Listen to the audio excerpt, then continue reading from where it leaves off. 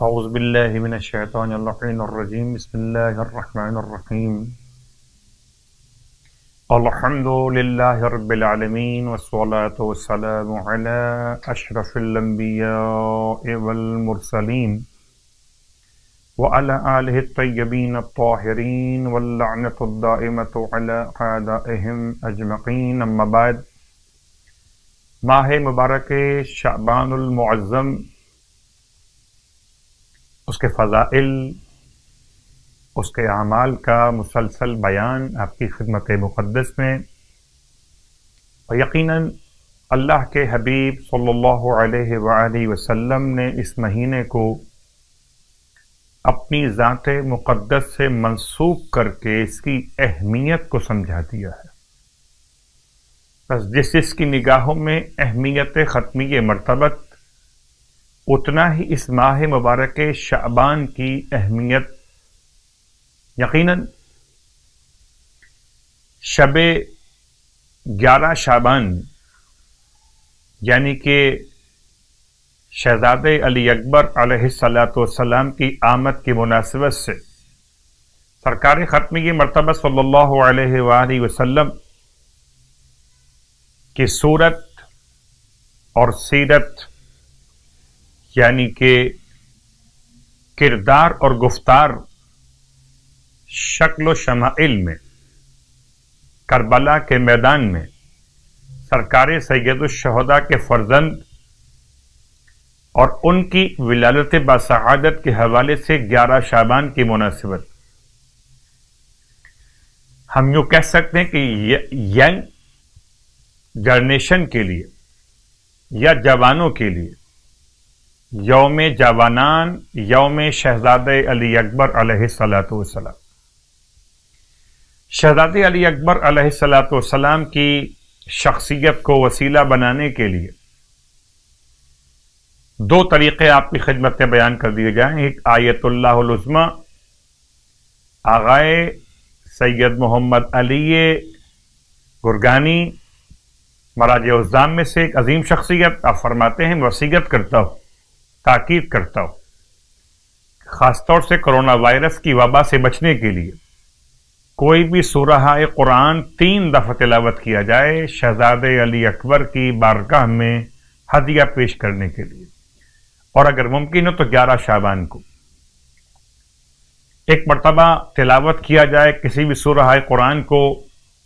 تمام تر اہل اسلام، اہل ایمان کی سلامتی کی نیت کے ساتھ، اور ہدیہ پیش کیا جائے شہزادے کی روح مقدس کی بارگاہ میں، اور دوسری بار تلاوت کیا جائے اولاد کی طرف سے والدین کی سلامتی کے لیے، اور تیسری بار تلاوت کیا جائے والدین کی طرف سے اولاد کی سلامتی کے لیے، خاص طور سے وائرس اور وبا سے محفوظ رہنے کے لیے۔ کوئی بھی سورہ، مثلا سورہ یاسین، مثلا سورہ رحمان، یا مثلا سورہ والفجر، یا الگ الگ بھی ہو سکتا ہے کہ ایک مرتبہ سورہ یاسین، ایک مرتبہ رحمان، اور ایک مرتبہ سورہ والفجر۔ تو ایک دفعہ تمام اسلام کے ماننے والوں کے لیے، عالم اسلام، اہل ایمان کے لیے، ایک دفعہ اولاد پڑھے والدین کی سلامتی کے لیے، اور ایک دفعہ والدین پڑھیں اولاد کی سلامتی کے لیے۔ اب اس کے بعد اگلا مرحلہ شہزادے کی بارگاہ مقدس سے 72,000 مرتبہ درود کی منت،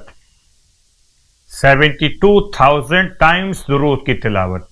اور شہزادے علی اکبر علیہ السلام کی بارگاہ مقدس میں ہدیہ پیش کرنا، خاص طور سے بیماروں کی شفا یابی کے لیے خاص مؤثر عمل۔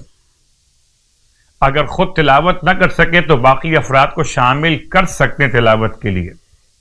البتہ یہ احتیاط کیجئے کہ تمام باقی افراد نماز گزار ہوں، اور تاکید کے ساتھ 72,000 کے فیگر کو مکمل کریں، مکمل درود کی تلاوت کے ساتھ۔ اب آئیے ماہ شعبان کی 11ویں شب کی نماز اور اس کا ثواب۔ سرکار ختمی مرتبہ صلی اللہ علیہ وآلہ وسلم ارشاد فرماتے ہیں 11ویں شب کی نماز کو بیان کرتے ہوئے کہ اگر کوئی انسان 11ویں شب ماہ شعبان میں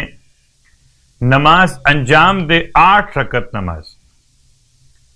کہ ہر رکعت میں الحمد 1 مرتبہ تلاوت کیا جائے اور سورہ کافرون 10 مرتبہ پڑھا جائے.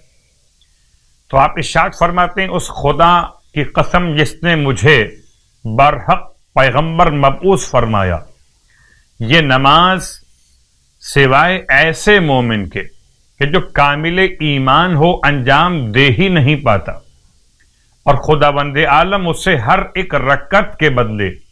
جنت کے باغات میں سے ایک باغ عنایت فرما دیتا ہے. تو گویا 8 رکعت نماز کا مطلب 8 باغات جنت. سبحان اللہ. اور پھر اللہ کے حبیب کی بارگاہ مقدس سے روزوں کے ثواب کا بیان بھی ارشاد فرماتے ہیں، جو شخص 11 روزے ماہ شعبان کے مکمل کرے